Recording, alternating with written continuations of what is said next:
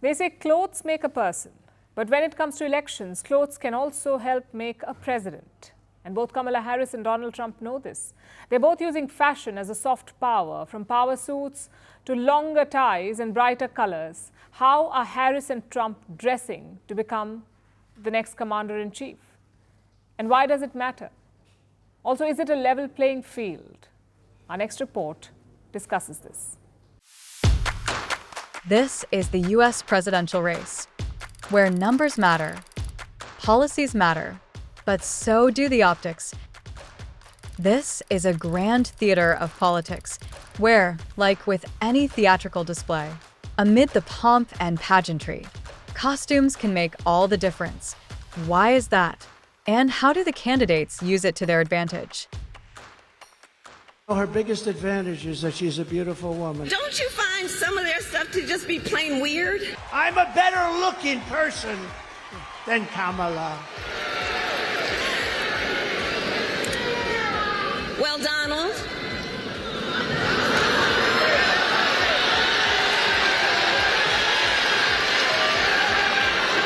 I do hope you'll reconsider. August 23rd. This was one of the most consequential days for Kamala Harris, when she accepted her nomination as the Democratic candidate for president. We can do together. We are so honored to be your nominees. This is a people-powered campaign, and together we will chart a new way forward. While this happened, many women at the Democratic National Convention were wearing white. So were many other speakers. But Harris chose to wear blue. This wasn't just to stand out of the crowd. After all, a presidential candidate doesn't have to try very hard to do that. Here, her navy blue suit had symbolic meaning. America's ready for a better story. We are ready for a President Kamala Harris. To understand this, let's go back. The year was 2016. History was made in the United States. The first woman candidate was nominated for president, Hillary Clinton. Clinton had climbed up the stage in a white suit. Why white? Because for her, this was symbol of all the women before her who fought for a political voice. From the suffragists to Geraldine Ferraro, the first woman vice presidential candidate. Since that moment in 2016, the white pantsuit is a symbolic weapon in the U.S. It is a political trope. Harris has used this weapon once before. In 2020, when U.S. President Joe Biden declared the election victory, Harris became the first woman vice president of the United States. And she chose to wear white, again, in honor of the women who came before her.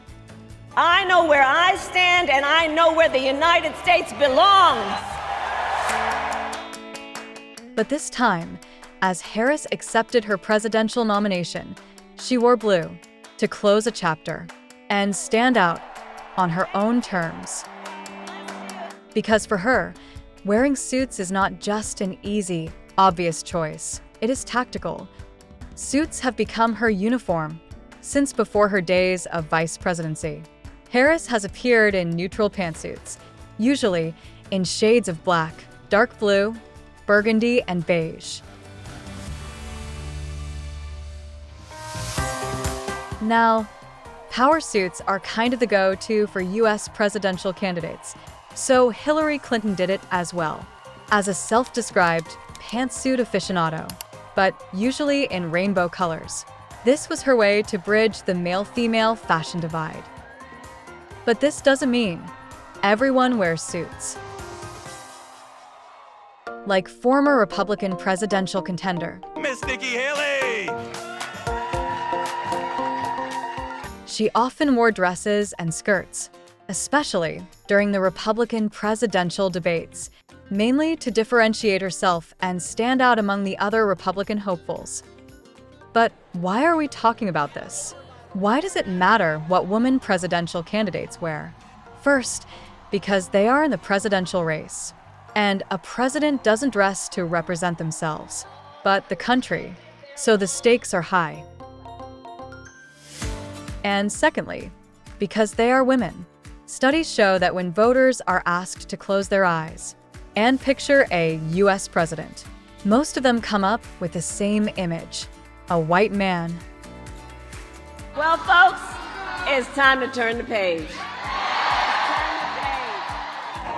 So voters don't know what a woman in office looks like, let alone a potentially pioneering woman president, if elected. I've served with her. I know her. I trust her.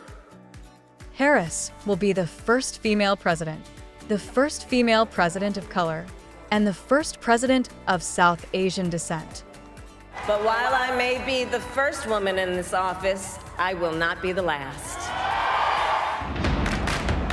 So voters don't know what a woman president will or should look like.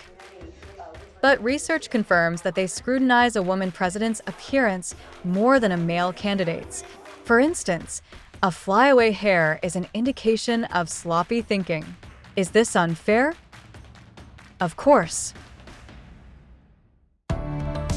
Even former US President Barack Obama acknowledged the double standard when he spoke about Hillary Clinton. He said, "She had to do everything that I had to do, except, like Ginger Rogers, backward in heels. She had to wake up earlier than I did because she had to get her hair done. She had to, handle all the expectations that were placed on her." And we witnessed the proof. When Clinton didn't do this, when she tied her hair in a ponytail, it led to an entire debate about the meaning of the scrunchie. So, as things stand, how Harris equips herself for the role matters, and better yet, she can use it to her advantage, and she has. Like when Harris wore 3 different black designers for President Biden's inauguration.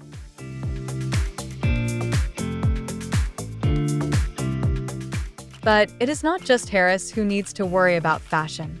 So does Donald Trump. The Republican presidential candidate Trump is almost always in a suit. By the Italian luxury brand Brioni, with a broad-shouldered tailoring. And a tie. And this tie is a tactical play as well. It is really long, which experts say is worn that way to make him look taller and thinner. And it is almost always red. Why? Because put together with a suit and tie, Trump looks like a walking, talking American flag. This is the look. His signature red tie, his white shirt, and his blue suit. Trump embraces these patriotic hues more than any of his predecessors. Happy birthday, President Trump. And the flag seems to be his muse. Because, fun fact, Trump's birthday falls on June 14, which also happens to be Flag Day in the US. Now, Trump wore the same combination even before he entered politics. But over time, his uniform has evolved. I am the chosen one. Somebody had to do it. The blue has become brighter in recent months, and the red ties have become even more common. Now, he is not alone here. Former US President Ronald Reagan was also known for his red ties. This was symbolic of his Republican representation. But no one loves it like Trump. He does switch it up though, like during his New York hush money trial. He wore blue and gold ties. He was taking space from his political uniform. But he always reverts to the combination during the high-stakes events. He wore it in 2016, when he won the presidency. He wore it for his first official news conference as the president, for State of the Union addresses in 2019 and 2020, for his speech at January 6th rally in 2021, for his exit from the White House in 2021, for his mug shot, and even for his first official TikTok post. He wears the flag. He is surrounded by flags. Why? Experts say it is a visual representation of patriotism and nationalism. So, when people see him, They see the flag. So, in the run-up to November 5th, both Trump and Harris are using fashion as a soft power, albeit differently. But they both have the same goal. They have each devised their own wardrobe language. They are both power dressing for the job they want, to be the President of the United States, arguably the most powerful person in the world.